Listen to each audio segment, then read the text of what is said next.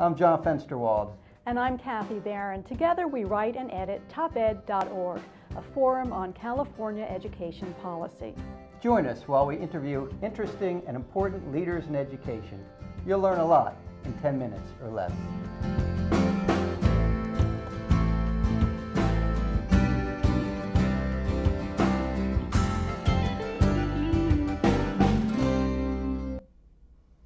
I'm John Fensterwald, and I'm speaking today with Bill Evers, a research fellow at the Hoover Institution specializing in education policy. From 2007 to 2009, Bill was U.S. Assistant Secretary of Education for Planning, Evaluation, and Policy Development. He is what columnist Jay Matthews of the Washington Post, affectionately, I believe, calls an inexhaustible troublemaker. The reason we have him here today is that he was a co-author and organizer of the so-called counter-manifesto, Closing the Door on Innovation, Why One National Curriculum is Bad for America. Bill, welcome to Top Ed. Thank you. So, Bill, it's a response to what? And take a couple minutes and explain exactly what is in this manifesto.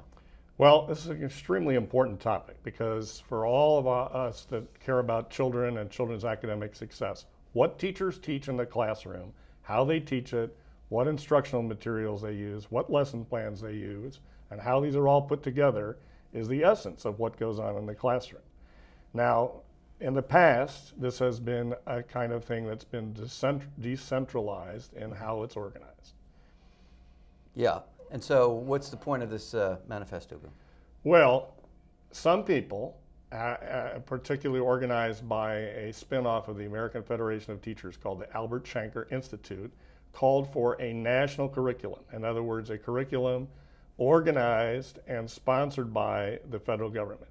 And to some extent, the Obama administration has been already doing this. It's put millions of dollars into curriculum development aligned around a national framework.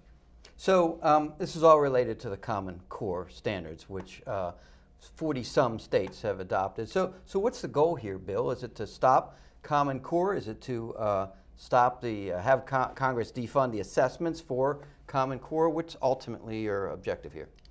I would say it's mostly to turn around the testing and curriculum development piece of this. The original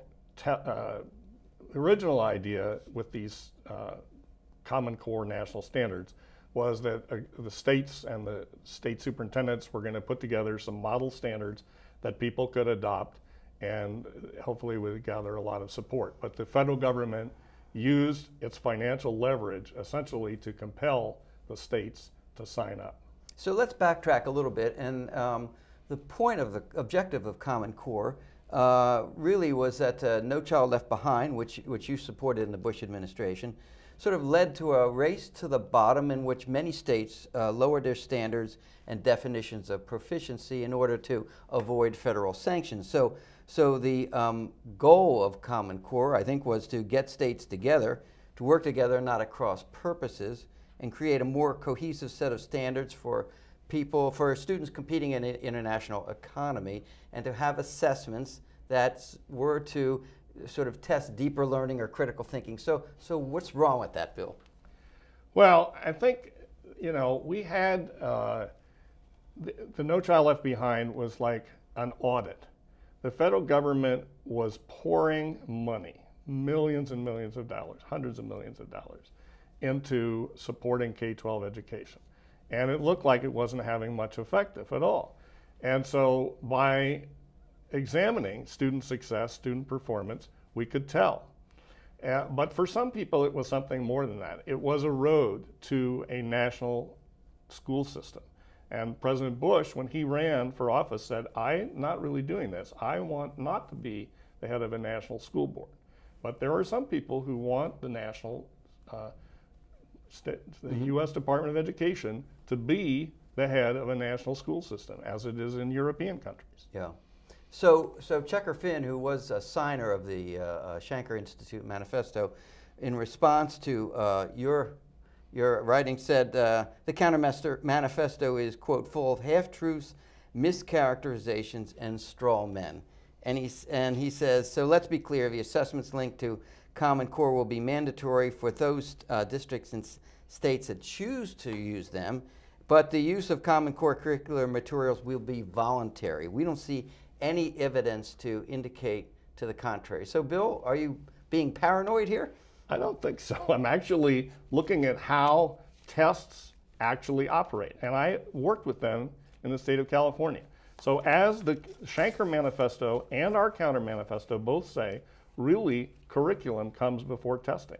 So if you're going to have national tests, you can't just go from the academic standards, which are just a list of topics, to the tests. You have to have some idea of what curricular material there is, how things are taught, what kinds of lesson plans are involved. So once the national government decided it was going to promote national tests, it almost per force had to set up what we call in California curricular frameworks, and it had to get even into detail of lesson plans, and that's what it's doing. And so it's Checker who is being naive and not knowledgeable about how tests actually operate, who thinks, oh, this is just going to be purely advisory and not going to dictate to all the textbooks and all the teachers in America who are in these states a central plan of how the classroom is going to operate. Right, but the consortiums, two consortium of states are creating the assessments. Those are states driven and not federal government. The federal government is paying for it. Right, but it is funding it, but in fact, so you're saying it's dictating. I'm saying it's even illegal for the federal government to be doing this. The U.S. Department of Education Organization Act of 1979 says no supervising, no directing, no planning, no endorsing of curriculum by the U.S. Department of Education. That is exactly what they're doing here. Right, but you know, I read the Shanker Institute manifesto, and I saw no mention of the phrase national curriculum in it at all. In fact, it talks about developing of sets of curriculum guides, and states could collaborate with one another. It encourages a process. So why do you characterize it as a national curriculum? I think they had public relations firm advice here. It's very funny. They reprinted an old article by Albert Shanker himself where he talked about this, and he's deceased now. Yeah. And in it, where he said national curriculum, they took out the word national and put in brackets the word common.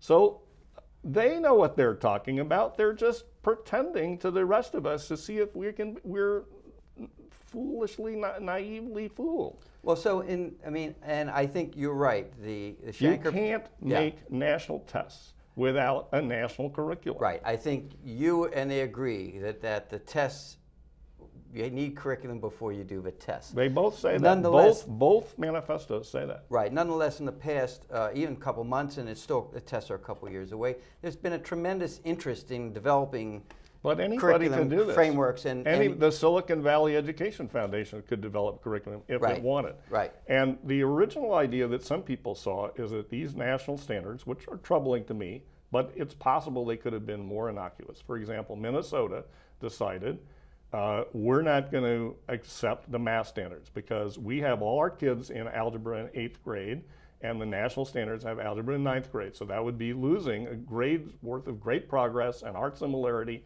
to the high-performing countries. So they rejected the math standards. So ultimately, would you like to see states withdraw from the states consortiums and get out of the assessment business? I think that the national standards and the national tests are a bad idea, and they should be walked back, yes. Well, Bill, it's a pleasure to have you here. We'll see what happens in the next year and see if this generates what you want in terms of response. I'm John Fensterwald from Top Ed, and thanks for watching.